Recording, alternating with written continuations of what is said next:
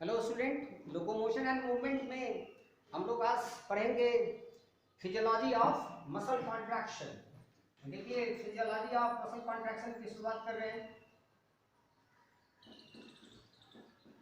Physiology of muscle contraction ये दिया गया बाय गायर्डी।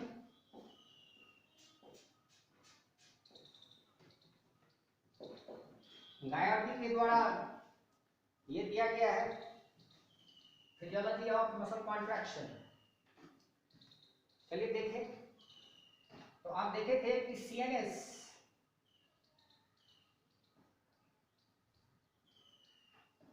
का नर्व की ट्यूब्यूल से कनेक्टेड होता है। अब इसी की बात हम लोग कर रहे हैं। अब देखिए, ये सेंसेशन आएगा, नर्व से सेंसेशन आएगा, central nervous system CNS sensation यहां देगा। यहां एसिटाइलकोलिन सेक्रेट होगा न्यूरोमस्कुलर जंक्शन पर। एसिटाइलकोलिन जो एक न्यूरोट्रांसमीटर है वो एनएम जंक्शन यानी neuromuscular junction NM junction neuromuscular junction पर आकर के रिलीज होगा। जैसे ही यहां पर रिलीज होगा, इस सार्कोलेमा में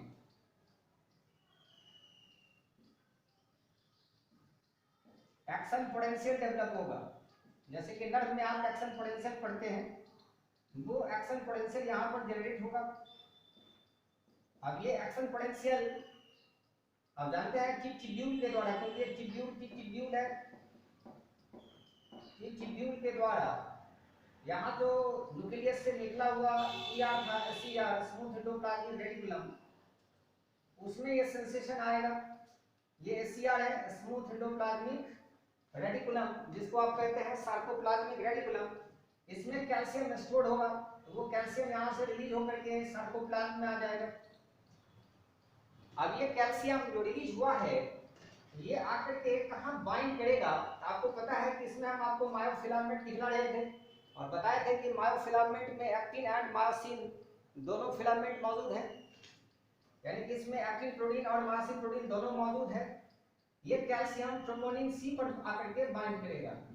तो बाइंड टीपीसी ट्रोपोनिन सी, पिछले क्लास में हम आपको ट्रोपोनिन सी दिखलाए हैं कि कैल्शियम पर आकर के ये ट्रोपोनिन सी क्या होगा? बाइंड करेगा। अब जैसे ही ट्रोपोनिन सी पर आकर के ये बाइंड करेगा, कन्फॉर्मेशनल चेंज हो जाएगा।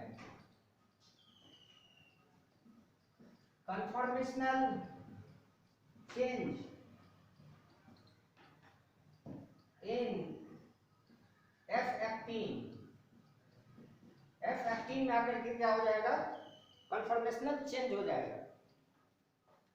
तो इसको हम लोग देखेंगे कि चेंज होने से क्या होगा। कन्फॉर्मेशनल चेंज होगा तो क्या होगा?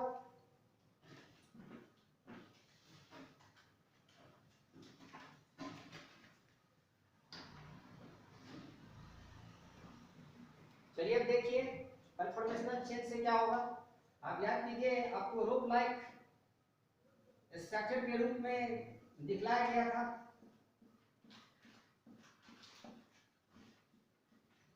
एफ एक्टिन को, ये एफ एक्टिन है,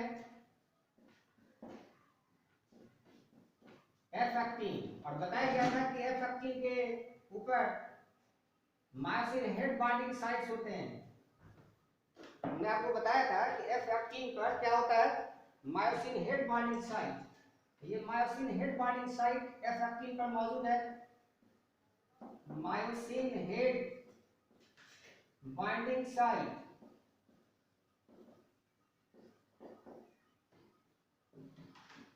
और जब कन्फॉर्मेशनल चेंज होगा, इस साइट को जो ब्लॉक किए हुए रहता है कौन? ट्रोपोमायोसिन। वो ट्रोपोमायोसिन वहां से एथन, अब रस्सी को पकड़ के एंटी क्लॉकवाइज जब आप क्या करेंगे, मूव करवाएंगे दोनों थ्रेड को पकड़ के, देखिए बीच में स्पेस आना शुरू होगा। वैसे ही यहां पर भी है कि ट्रोपोमायोसिन यहां से हट जाएगा।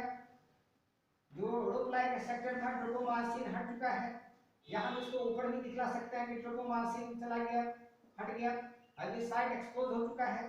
अब इस साइड पर मायोसिन का हेड आकर के बाइंड करना क्या करेगा, शुरू करेगा। या कीजिए ऐसे ऐसे आपको हम मायोसिन का हेड बताए थे, ये मायोसिन है और मायोसिन का हेड इसको आकर के जब बाइंड कर जाएगा तो क्रॉस ब्रिज का फॉर्मेशन हो जाएगा। किसका फॉर्मेशन होगा, क्रॉस ब्रिजेज, जो आपको दिखलाया गया है लास्ट क्लास में कि क्रॉस ब्रिज का फॉर्मेशन हो जाएगा। फिर से एक बार हम रिपीट कर रहे हैं कि कैसे मसल में कॉन्ट्रैक्शन होगा, फिजियोलॉजी को हम समझाने जा रहे हैं। सबसे पहले आपके CNS central nervous system brain spinal cord से जो नर्व सेंसेशन लेके आएगा न्यूरोमस्कुलर जंक्शन पर, वो एसिटाइलकोलिन को रिलीज करेगा।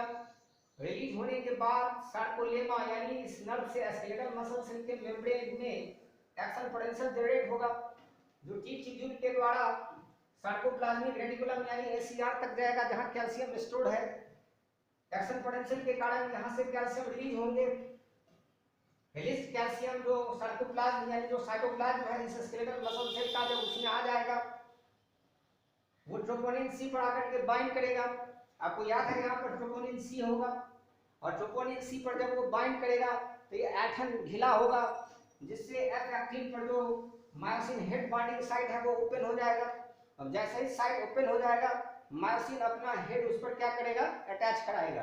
अब एफ एक्टिन और मायोसिन दोनों क्या होंगे, जुड़ जाएंगे और मिलके क्रॉस ब्रिज बनाएंगे और कॉम्प्लेक्स का नाम होगा एक्टोमायोसिन कॉम्प्लेक्स। क्या नाम होगा, एक्टोमायोसिन कॉम्प्लेक्स, जिसको हम लोग देखने जा रहे हैं।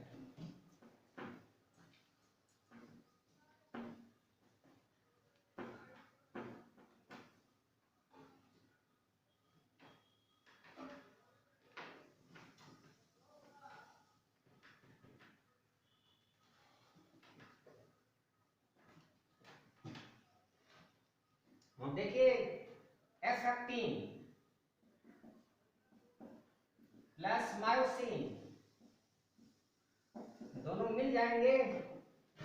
Myosin is structural as well as enzymatic protein, but it is non-elastic and actin is elastic. Myosin is structural and enzymatic. Maybe a question.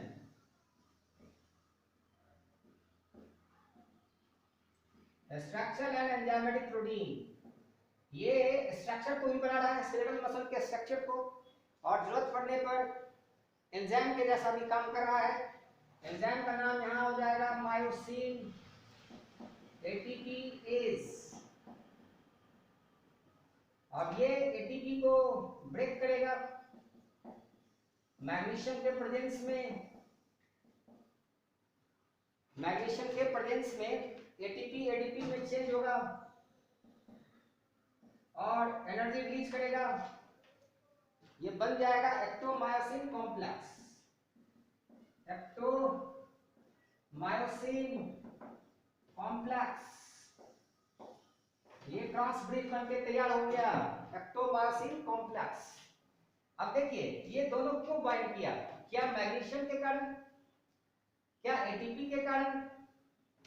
तो आंसर है नहीं, आंसर है कैल्शियम के रिलीज होने के कारण। क्योंकि कैल्शियम अगर ट्रोपोनिन सी पर बाइंड नहीं होता तो एफ एक्टिन और मायोसिन आपस में कंबाइन नहीं करता। So calcium ion play regulatory role during muscle contraction will be a question. So calcium ion play regulatory role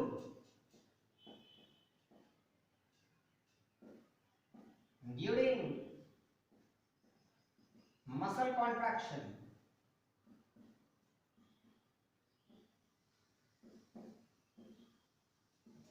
This will be a question. दूसरा क्वेश्चन आ जाए कि ions required for muscle contraction, तब आप calcium के साथ magnesium का नाम ले सकते हैं। So ions required for muscle contraction, answer is calcium and magnesium. But if question is ion that play regulatory role during muscle contraction, answer is only calcium, not magnesium. ये याद रखना होगा आपको। अब ये एक्टोमायोसिन कॉम्प्लेक्स बन गया। एटीपी आप जानते हैं हर सेल में एनर्जी करेंसी होता है, लेकिन सोचिए जब आप अपने मसल को ज्यादा यूज करेंगे, एक्सरसाइज करने लगे, आप दौड़ने लगे, आप हार्ड फिजिकल वर्क कोई करने लगे, तो उस कंडीशन में आपके मसल में ऑक्सीजन की कमी होगी और रिस्पायरेशन जो एरोबिक चल रहा था वो अगर एनारोबिक में अगर कन्वर्ट हो गया तो जितना एटीपी बनना चाहिए और आपके मसल को सप्लाई करना चाहिए उतना नहीं रह पाएगा, क्योंकि आपको याद होगा कि एरोबिक रिस्पायरेशन में एक ग्लूकोज मॉलिक्यूल से 38 एटीपी मॉलिक्यूल्स बनते हैं, जबकि एनारोबिक रिस्पायरेशन में केवल 2 एटीपी मॉलिक्यूल्स जनरेट होता है यानी बनता है। तो इसका मीन्स है कि जैसे ही आप हार्ड फिजिकल वर्क करेंगे एनारोबिक रिस्पायरेशन के कारण एटीपी की कमी हो जाएगी और तब आपको मसल में जो स्टोर्ड ग्लाइकोजन है उससे एनर्जी लेना होगा।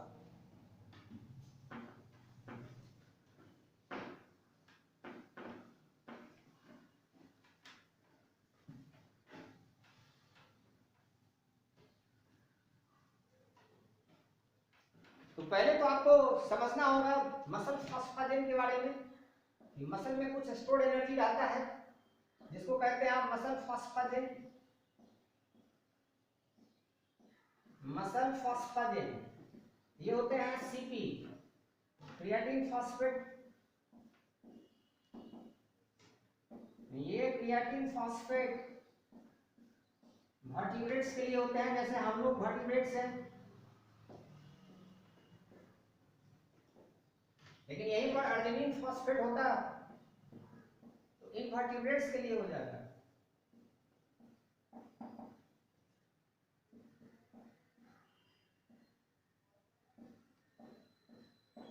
अर्जिनिन फॉस्फेट इनवर्टिब्रेट्स के लिए मसल में स्टोर्ड एनर्जी होता है। What is muscle phosphagen? Answer is stored energy, जो स्पेशल टाइम पर यूज में लाया जाता है। Stored energy. तो पहले तो एटीपी अगर आपका खर्च हो गया तो पहले तो यही खर्च होगा और बाद में जब ये भी समाप्त हो जाएगा तब आपको ग्लाइकोजन मेटाबोलाइज होना शुरू होगा एनारोबिक रिस्पिरेशन के समय में, ताकि फर्दर मसल कांटेक्ट कर सके। तो चलिए हम लोग देखते हैं क्या होगा। एटीपी आपका चेंज हो चुका है एडीपी में। अब एडीपी को फिर से एटीपी बनाने के लिए ये अपना फॉस्फेट डोनेट करेगा। अब देखिए ये अपना अगर इस फॉस्फेट को अगर डोनेट करके अगर इसको दे दे तो ये हो जाएगा एटीपी और ये हो जाएगा सी, और सी को कहेंगे आप सिर्फ क्रिएटिन, तो ये क्रिएटिन हो जाएगा। क्रिएटिन बाद में क्रिएटिनिन के रूप में यूरिन से बाहर आएगा। तो सोचिए अगर किसी के यूरिन में अगर क्रिएटिनिन अगर बाहर आ रहा है इसका मतलब है कि उसका मसल एक तरह से बर्बाद हो रहा है, मसल डिजेनरेट कर रहा है। तो आप देखिए यहाँ क्रिएटिन फॉस्फेट चेंज हो गया अपने फॉस्फेट को देकर के क्रिएटिन में। अब जब तक ये क्रिएटिन फॉस्फेट में चेंज नहीं होगा तब तक ये एडीपी को एटीपी में कन्वर्ट नहीं करवा सकता है। तो हम लोग ऐसा प्रोसेस होगा कब, यानी कब इसका यूज होगा? तो आंसर है जब आप हार्ड फिजिकल वर्क करेंगे। तो हम लोग अब हार्ड फिजिकल वर्क खड़ी देके समझते हैं कि क्या होगा।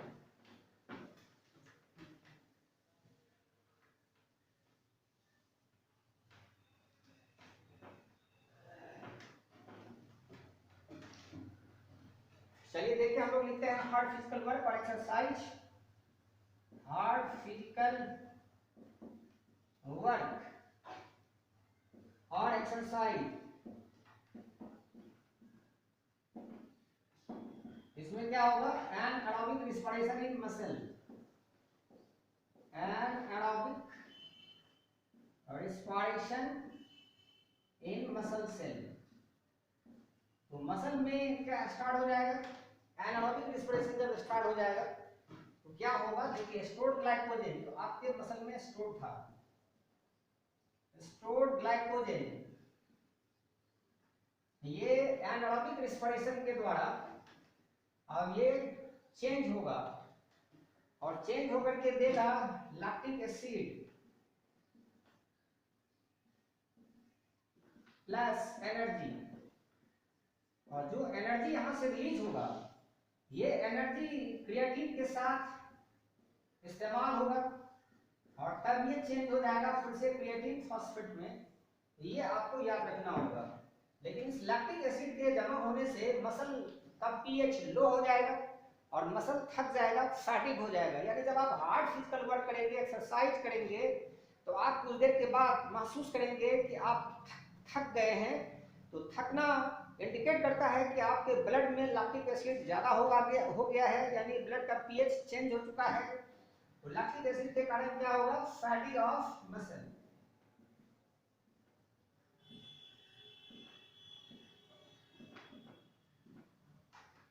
लेकिन जब हम लोग सामान्य काम करते हैं तो हम लोग अपने को थका हुआ महसूस नहीं करते हैं। इसलिए नहीं महसूस करते हैं कि जितना मसल को एटीपी चाहिए वो हमारे एरोबिक रेस्पिरेशन से चलता रहता है और मसल में ऑक्सीजन की डेफिशिएंसी नहीं होती है।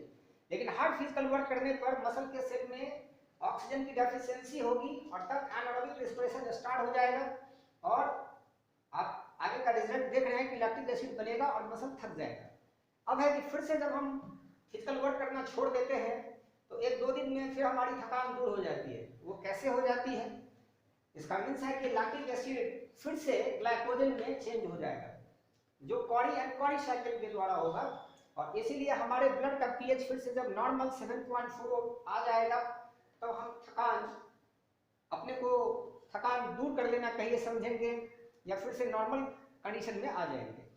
चलिए देखते हैं कैसे हो जाएगा Carry and Carry cycle.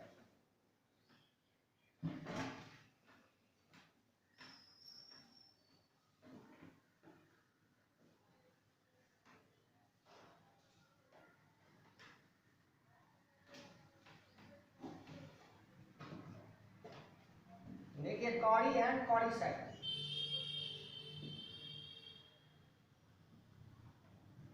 Carry and Carry cycle, first question आता है Carry and Carry cycle scientist के नाम पर दिया गया है और ये आपके कहाँ चलेंगे बॉडी पार्ट्स में, तो लीवर एंड मसल में। तो आंसर होगा ये लीवर एंड मसल्स।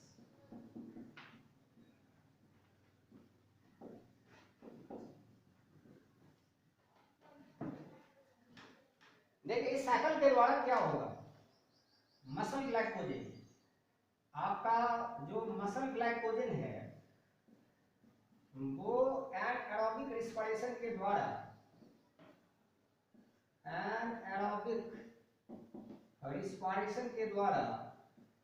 चेंज हो चुका है लैक्टिक एसिड में। अब ये लैक्टिक एसिड यहाँ से मसल से, ये मसल लैक्टिक एसिड है, ये ब्लड में जाएगा तो कहेंगे blood lactic acid, blood lactic acid. ये जाएगा लीवर में तो कहेंगे इसको लीवर लैक्टिक एसिड।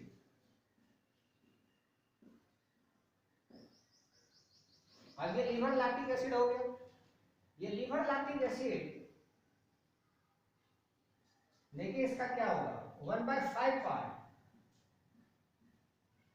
यानी 20%। 1/5 पार्ट जो लैक्टिक एसिड है वो चेंज हो जाएगा CO2 plus water plus energy में, यानी इसका यूज खुद लीवर कर लेगा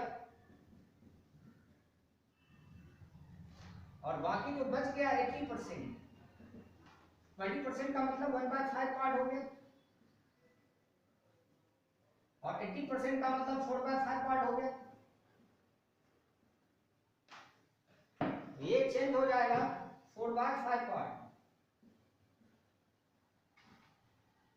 ये चेंज हो जाएगा लीवर ग्लाइकोजन में।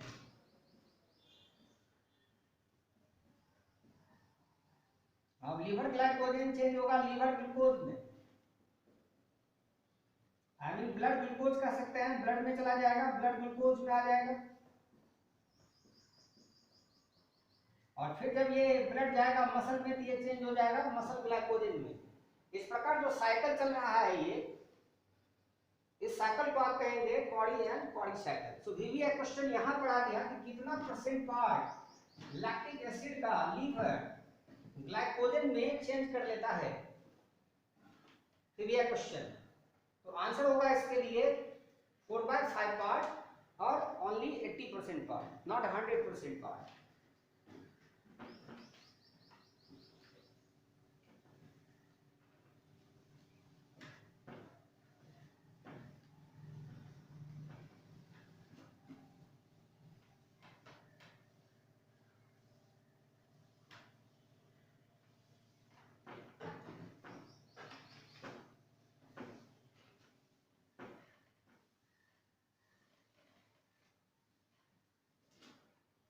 स्लाइडिंग फिलामेंट थ्योरी आपको समझना होगा।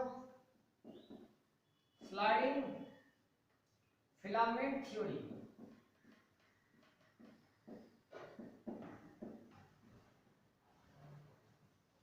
अब स्लाइडिंग फिलामेंट थ्योरी ये दिया गया by F Huxley,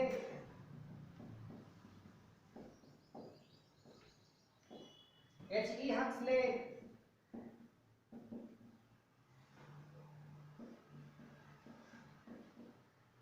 and Hanson के द्वारा। इसमें कहा गया एक्टिन फिलामेंट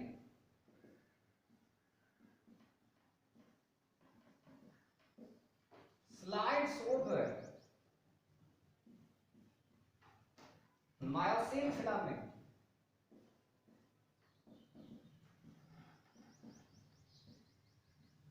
आपको हम बता चुके हैं कि मायोसिन नॉन कॉन्ट्रैक्टाइल होता है, एक्टिन कॉन्ट्रैक्टाइल होता है।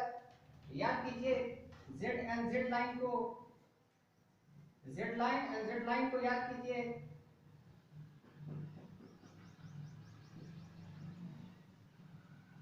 और आपको याद होगा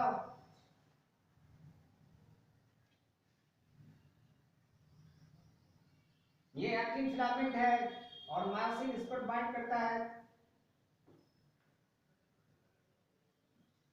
क्रॉस ब्रिज बनाता है, आपको याद होगा, अभी आपको समझाया है आज क्रॉस ब्रिज कैसे बनता है। यहाँ पर क्रॉस ब्रिज कैसे बनेगा, ये एक्टिन फिलामेंट है, F means actin filament and MF means myosin filament. ये क्रॉस ब्रिज कैसे बना, तो आपको समझाया है कि कैल्शियम आकर के जब तक इस एक्टिन फिलामेंट पर से ट्रोपोमासिन को नहीं हटाया गया, जब तक इस एफ एक्टिन में कन्फर्मेशनल चेंज नहीं होगा, तब तक ये जो हेड साइड बाइंडिंग साइड है मायोसिन का, जो हेड आकर के यहाँ एफ एक्टिन पर जो अटैच होगा, तब तक वो ओपन नहीं होगा। और जब ये पकड़ के खींचेगा इसको अपने ऊपर से, तो ये क्लोज होगा। और बताए थे बीच का जो गैप है, जो एच लाइन है, वो डिसैपियर होगा और वो एम लाइन में चेंज कर जाएगा। याद होगा no change in the length of, no change in the length of actin filament and myosin filament। actin filament का मतलब है F actin से,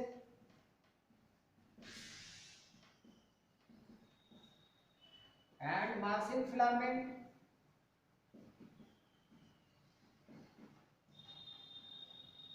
during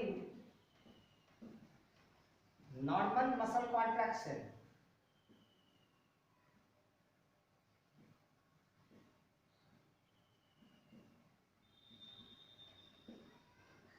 नॉर्मल मसल कॉन्ट्रैक्शन के समय में एक्टिन और मायोसिन फिलामेंट के लेंथ में कोई चेंज नहीं होगा, केवल ये एक दूसरे के करीब आ जाएंगे, एम लाइन बनाएंगे, एस लाइन डिसैपियर हो जाएगा, लेकिन लेंथ में कोई चेंज नहीं होगा। लेकिन अगर कभी कभी आप अगर मसल पर सक्सेसिव स्टिमुलस अगर दे दें, जैसे आपने एक बार स्टिमुलस दिया, मसल कांटेक्ट करना शुरू किया, मसल कांटेक्ट कर ही रहा था कि आपने दूसरे बार स्टिमुलस दे दिया, तो फोर्सफुल कॉन्ट्रैक्शन होने पर जब क्या होगा कि एक्टिन और एक्टिन फिलामेंट, एफ एक्टिन और एफ एक्टिन जब एक दूसरे के ऊपर ओवरलैप कर जाएंगे, तब एफ एक्टिन का लेंथ घट जाएगा, मायोसिन के लेंथ में कोई चेंज कभी भी नहीं आएगा।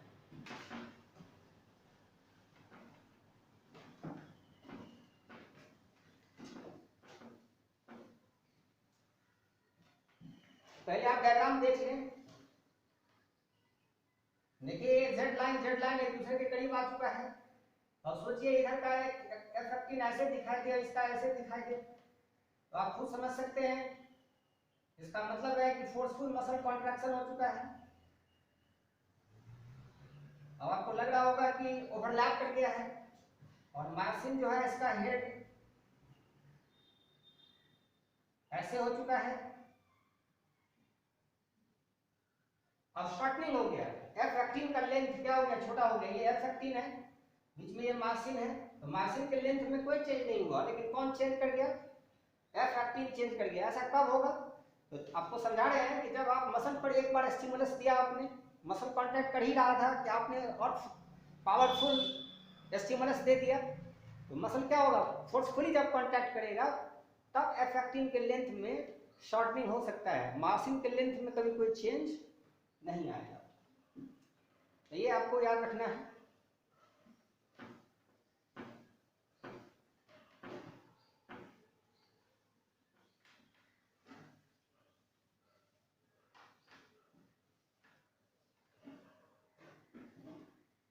तो नेक्स्ट डे हम लोग बात करेंगे, अगले दिन आपको हम एनसीईआरटी का जो बुक का जो फोटो है, जो फिगर है दिया हुआ मसल कॉन्ट्रैक्शन का, वो हम आपको दिखलाएंगे और आगे समझाएंगे।